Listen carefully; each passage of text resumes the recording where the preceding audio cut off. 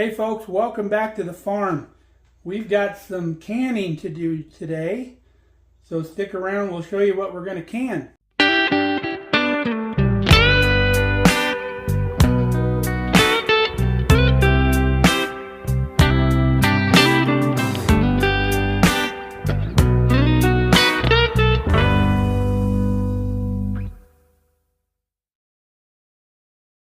So we've been doing so much canning that our canning equipment's pretty much stayed out for the last 2 weeks or so because we've been doing so much it doesn't make sense to put it away. We just canned our third round of tomatoes this morning before I went to coffee. Here they are, 10-quart jars just this morning. We've already got the canner out. It's still got the water in it. So rather than dump out all that water, we're going to be water bathing what we're going to be making next as well. But we got to go out in the garden and get some stuff picked. So we're going to go out and pick our peppers in the garden. We're going to make the Habanero Salsa, the same stuff we made last year. It's a recipe I got from my buddy Arnold out in California. I eat this on everything. We're down to one little jar left, so this is perfect timing. We're very pleased that the peppers did so well this year. They're in so much better shape than they were last year.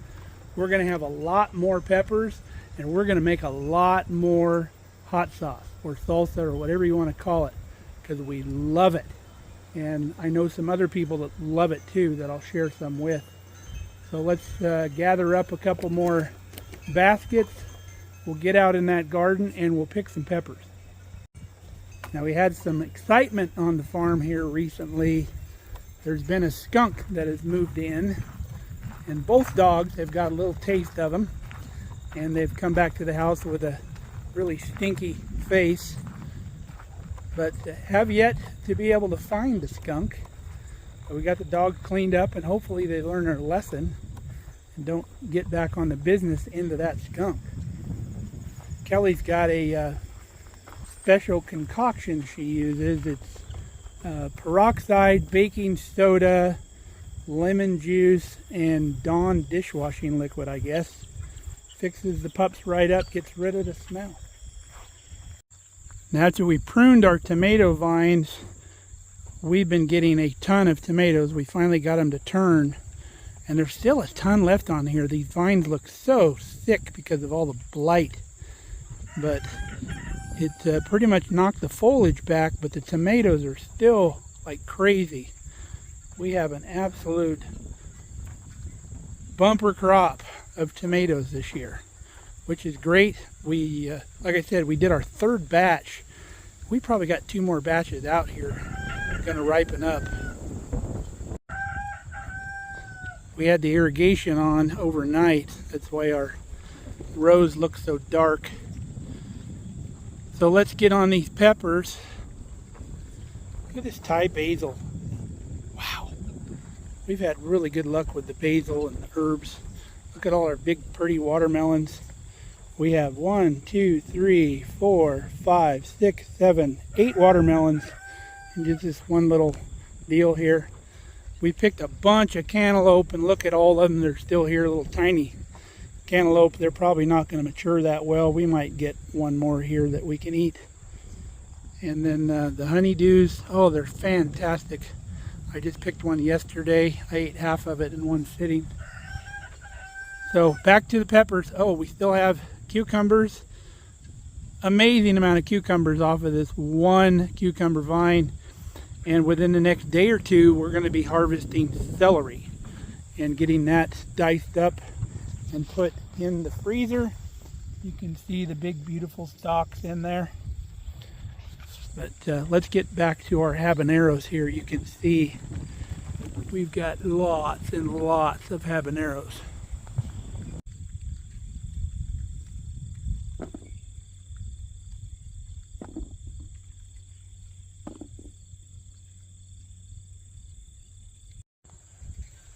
We've got some beautiful bell peppers out here. Look at these beautiful black bell peppers.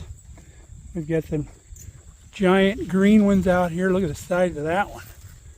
But we've got quite a few of those down in here, so in the next few days when we do the celery, we'll be freezing some bell peppers for using over the winter as well.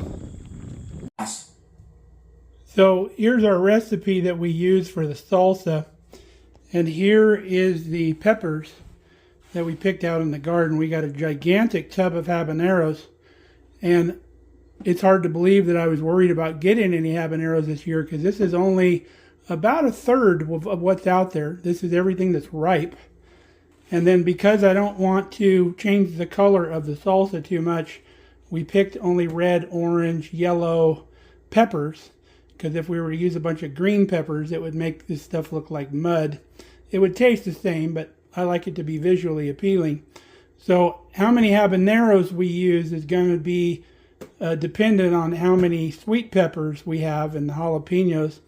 Happy little accident this year was we got a different kind of pepper than what we planted. These little red cascabel peppers, they showed up in our rainbow bell mix because these weren't supposed to be in there. But I tasted one yesterday. They're sweet. So we have a whole bunch of these to use as well. These will give it some fantastic color. So it's going to be 2-to-1 ratio. So if we end up with 4 pounds of this, we're going to only need 2 pounds of our habaneros. And then we'll figure out what to do with the rest. We can either post them up on Marketplace, or just go get some more red peppers at the store and make the rest of this up. But we're going to have so many out in the garden, probably just give the rest of these away. Okay, we just measured our sweeter peppers. There's 6 pounds of these. So that means we're going to need 3 pounds of the habaneros. So we'll get those cleaned up. All right, we got all of our peppers weighed out. So we're going to start pureeing our peppers here. So for the peppers, we're going to use the water in the mix. And there's 2 cups of water for each recipe. Because we're using 3 pounds of habaneros, we're doing 3 recipes. So we'll put about a third of these peppers at a time in here with 2 cups of water. That way they blend up real nice. And then when we do the onions and the garlic, we'll use the apple cider vinegar to thin it out real good. And then we'll just combine it all later. We've got everything blended up and everything mixed together. Looks beautiful, smells amazing. So we're going to let this sit for a little bit, and then we're going to get our jars out and get everything ready. We'll get this stuff canned up. We have our canner just loaded with jars. We've got double stack going on in here. So we cold packed all that hot sauce, the salsa, and then we start with cold water in the kettle. The reason we do that is as the water in the kettle warms up, it'll warm the contents of the jars. And the water won't boil in the kettle until the contents are all up to the same temp. So it works out well. So everything in here is cold, the water's cold, the contents are cold. So we're going to start the fire on this. Once we get it boiling, we're going to boil it for about 15 minutes. Now while we wait for our kettle to come up to temp, we could put away all of our tomatoes. We had 10 quarts of tomatoes that we put up this morning. So we'll get those labeled and down in the root cellar. All right, for these tomatoes, I don't go to the expense of actually putting our labels on. I'll just write the date on the top like we did here, because you can obviously tell those are tomatoes, and we don't really make anything else and can it with tomatoes. We will take this and turn it into whatever we need after the fact. So we know everything down there that looks like that is tomatoes. We've gone 20 minutes. I went some extra because of the altitude we're at. So we're going to turn the fire off. We're going to let this thing come down. We're going to take the lid off. Going to let it sit for about 5 minutes, and then we'll start pulling jars out. All right, we got the canner unloaded. We got 32 jars of hot sauce. That ought to last me for a couple years. Just in case we don't get a crop next year, that'll be nice. All right, everything's cooled off. We got 100% steel on all the jars. I've already given away 2 of them this morning at coffee. But we're going to get all these down in the root cellar now. Got all of our hot sauce stored down here in the root cellar. We'll give you a quick overview of our root cellar here. Top shelf is all empty jars, ready to have stuff put in them. We've got our zucchini relish we'll have to make some more of next year. We have some corn relish here. We have all of our cowboy candy that we made here a while back. We've got our sweet corn. We've got peaches. Got all our jams and jellies here, which I don't use a lot of anymore, but every now and then. We've got apples and pears here. This is some of our homemade stuff. This is Kelly's homemade vanilla. Then I have my little jars here that we use either for vanilla or hot sauce. Have our homemade red wine vinegar. We have the mother to that up here, so whenever we have old bottles of red wine, I can dump more in there and it'll make more red wine vinegar. And then the vodka that Kelly uses to make her vanilla, it's some store-bought marinade that I buy out in California. It's a Portuguese marinade. It's really good. We're going to have to grow some dry beans next year. We have some cranberries. Got 1 jar left of tomato juice. We've got turkey broth and chicken broth all right there. We've got more apples there and there. We have beef stew, really good. We've got canned turkey, canned ground beef, green beans, sweet pickles, dill pickles. We have our sloppy Joe sauce here, our red taco sauce here that we made not too long ago. These are our diced green chilies, our sweet Thai chili sauce here. This is Rotel style tomatoes. They're a little hotter. It's our sauerkraut green tomato sauce. And this is some of our sweet syrup from making our cowboy candy that we're either going to use to make some jerky, or we can actually make some more pepper jelly with that. And then down here, we've got our tomatoes that we've canned this year. We've got more room there. We hope to fill this up. I've got plenty of more tomatoes to fill this shelf up, so that's very nice. And then we've got canned potatoes, canned carrots. We've got pickled cauliflower. We've got some golden beets here. All of our beans right there. And then some store-bought products. Some barbecue sauce that my cousin gets me. There's sun-dried apricot and sun-dried plum barbecue sauce. It's really good. Our wonderful Christopher Ranch garlic that we absolutely love. And then some bulk white vinegar that we get on sale whenever it comes on sale. And then Kelly really loves this Taco Bell mild sauce. So our friends in Tennessee bought that because we can't get it here locally. And then here's our seasoning that I really like that I can't get it from around here. I have to either get it on Amazon or when I go out to California. We've got some winter squash, banana or butternut squash there. We have our olives that we did. We have some pickled onions down there. Our pepper jelly right here is what we made recently out of that cowboy candy. And then we have our wild sandhill plum jelly. We got strawberry, we got grape, got mulberry, blackberry, rhubarb jelly, plum jam. And then this is Kelly's freeze-dried shelves over here. We've got freeze-dried onions, freeze-dried potatoes, freeze-dried jalapenos, freeze-dried peaches. We have all our herbs back there in the back. Right here we have our freeze-dried milk, our raw whole milk. We've got cherries, strawberries, bananas, rainbow bell peppers, green beans, mushrooms, peas, right there, sweet corn, eggs. These are all freeze-dried eggs. Shrimp, freeze-dried shrimp, freeze-dried ground beef, freeze-dried chicken. And then back there in the back is our freeze-dried chicken stock.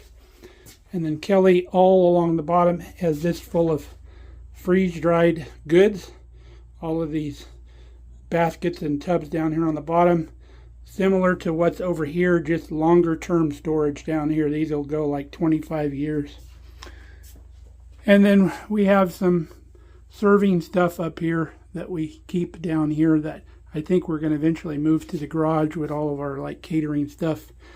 Here's our supply of lids. And then here's some reusable lids. And then all of our bands are right here. Also in the cellar down here we have a full-size freezer. This is where we keep most of our meats, but we do keep some other items in there like frozen vegetables that we use during the winter. And then we have another freezer here that we keep also frozen vegetables in. And then our refrigerator that we use a lot for bulk garden stuff, and then when we're processing meat and stuff like that is what I mainly use this refrigerator for. I've got a couple of the shelves pulled out so you can put like full 5-gallon buckets in there when you're doing lots of good stuff like, or big stuff like brining hams and ham hocks and stuff like that. We have room to put large containers in there. Alright, got everything stored down in the root cellar. I'm going to make a little dessert now. I'm going to surprise Mom with some rice pudding tomorrow. It's been a while since she had a little taste of home, so we're going to stir this up real quick. So to start with, I'm using half a gallon of milk or 2 quarts. This recipe is really easy to remember because it's 2 of everything. So 2 quarts milk. Next is 2 sticks of butter. Doesn't need to be softened because it's going to be heated anyway.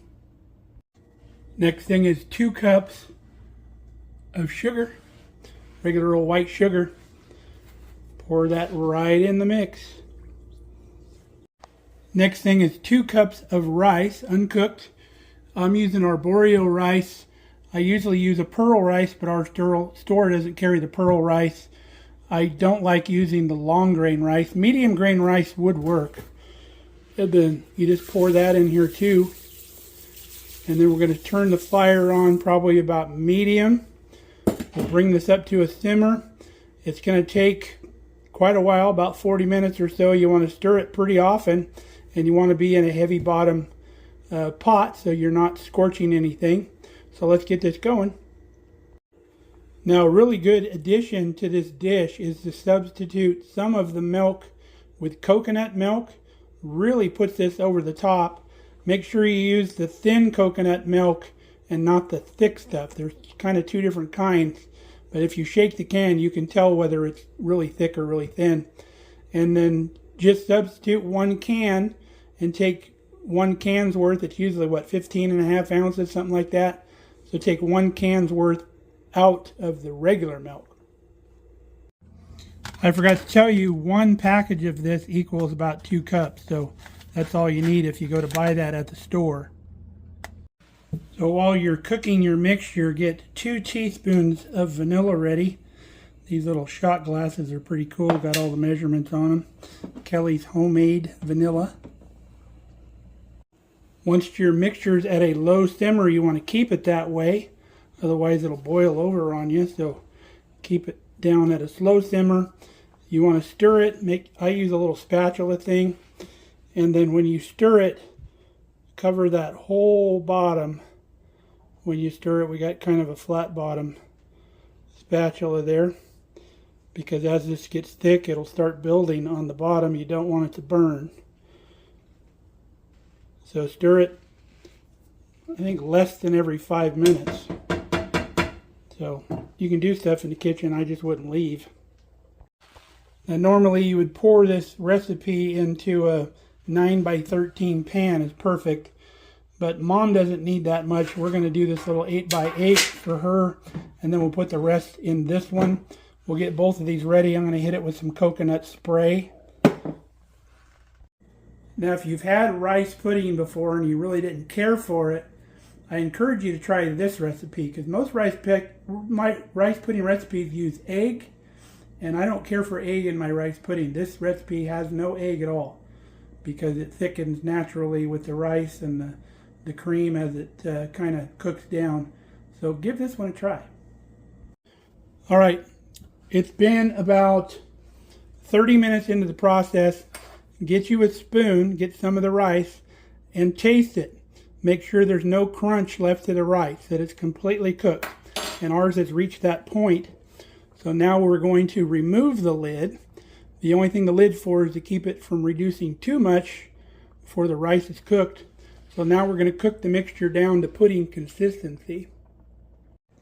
Now back in the day, people used to eat rice like a breakfast cereal. If they had leftover cooked rice, you could eat it just like you would cream of wheat or oatmeal. You'd warm it up, put a little milk in it, maybe some sugar, maybe a little butter, cinnamon, and you could eat it as a breakfast cereal.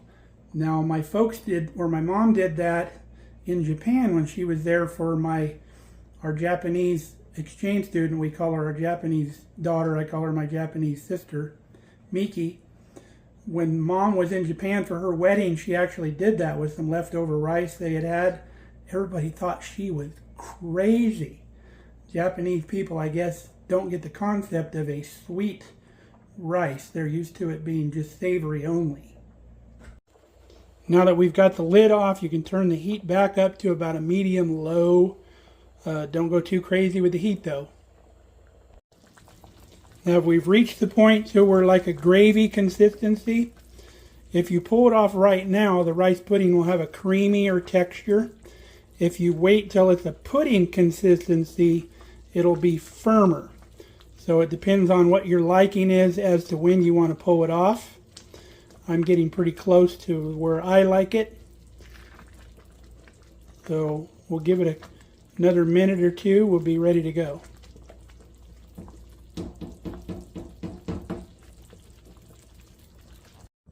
Alright, our rice pudding is perfect the way we like it. So we're going to turn the heat off, dump our vanilla in, mix it up, and we'll get it in the pans.